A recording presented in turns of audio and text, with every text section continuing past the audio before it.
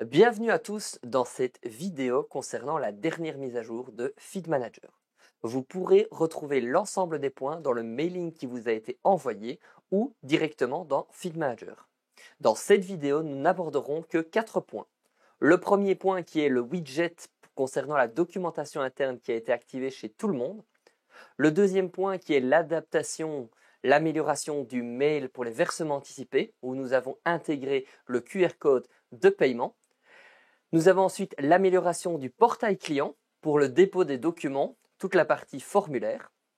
Et ensuite, le bouton qui était rajouté à côté des champs dans les fiches clients. Mais juste avant de commencer, le générique.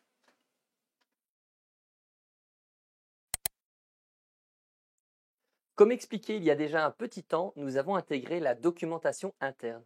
La documentation interne vous permet d'enregistrer de la documentation dans votre environnement, ce qui permet de la rendre accessible à tout le monde. Ça peut être de la documentation comme votre procédure au niveau de l'ITA, votre procédure interne.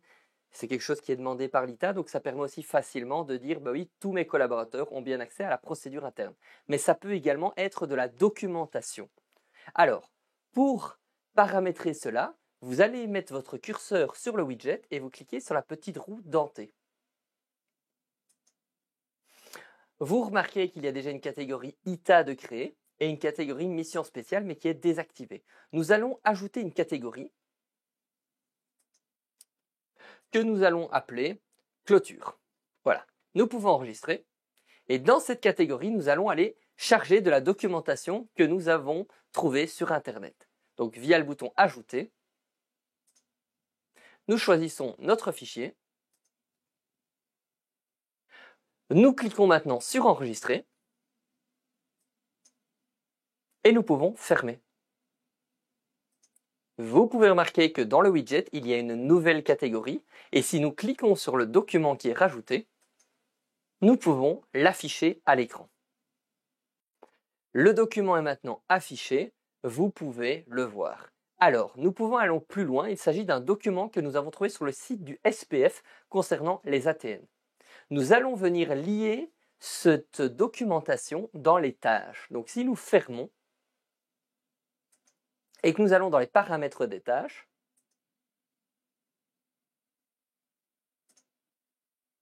si nous allons dans la clôture des sociétés, voilà, nous avons maintenant une étape qui s'appelle ATN. Voilà, vous remarquerez que nous pouvons aller lier de la documentation à cette étape-là. Donc si nous allons sur la droite, un petit peu à gauche, voilà, nous cliquons et nous pouvons venir lier la documentation. Nous enregistrons. Et si maintenant nous allons dans la tâche clôture des sociétés,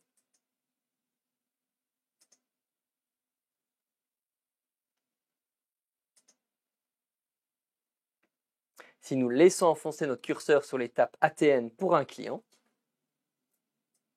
vous pouvez remarquer qu'à partir de là, nous pouvons afficher la documentation interne, ce qui permet à tout utilisateur de facilement retrouver l'information nécessaire.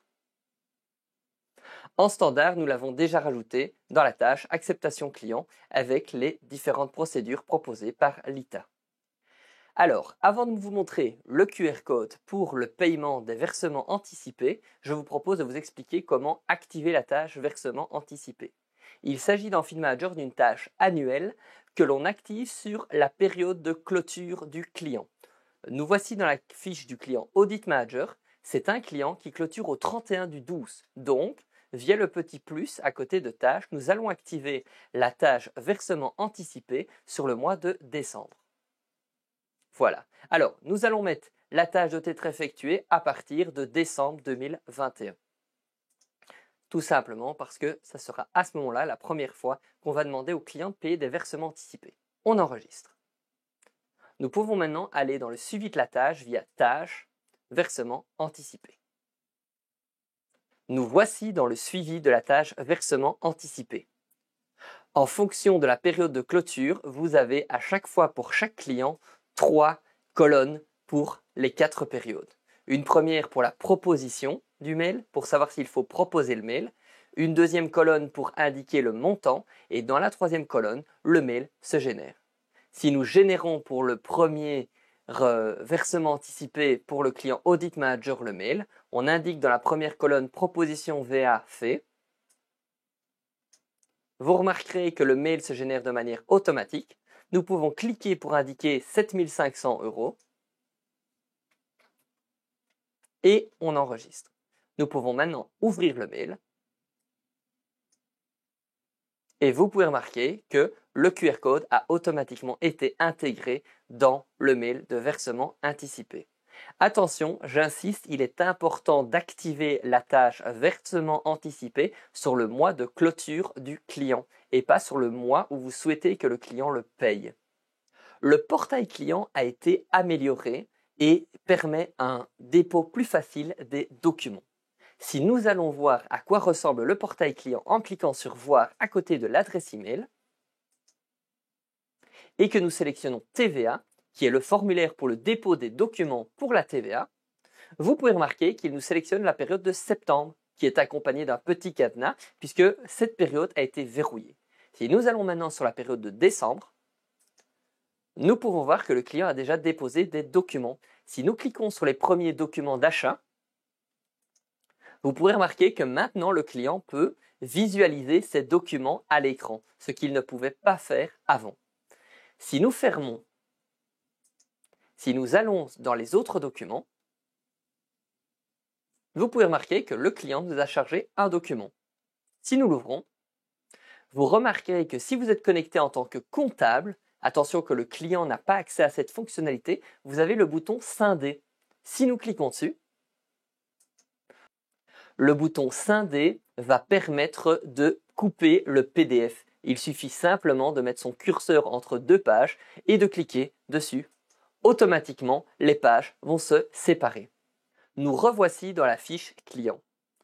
Comme déjà depuis longtemps, à côté des numéros d'identification, c'est-à-dire numéro de TVA, BCE, numéro national, vous avez un petit icône qui vous permet de copier dans votre presse-papier le contenu de la case. C'est très pratique, comme par exemple quand vous devez déposer des fiches 280.20 sur Belgotax. Nous avons rajouté cette fonctionnalité à côté d'autres champs. Si nous regardons dans la partie Contact, vous pouvez remarquer qu'à côté des différents champs, il y a les informations avec le petit icône. Si nous cliquons sur le premier, vous voyez qu'il est automatiquement copié dans votre presse-papier et vous pouvez le coller où vous le souhaitez. Merci à tous d'avoir regardé cette vidéo concernant certains points de la mise à jour. Vous pouvez bien sûr retrouver l'entièreté des points dans le mail de mise à jour qui vous a été envoyé. Alors, n'oubliez pas de liker la vidéo et de vous abonner à la chaîne YouTube. À bientôt!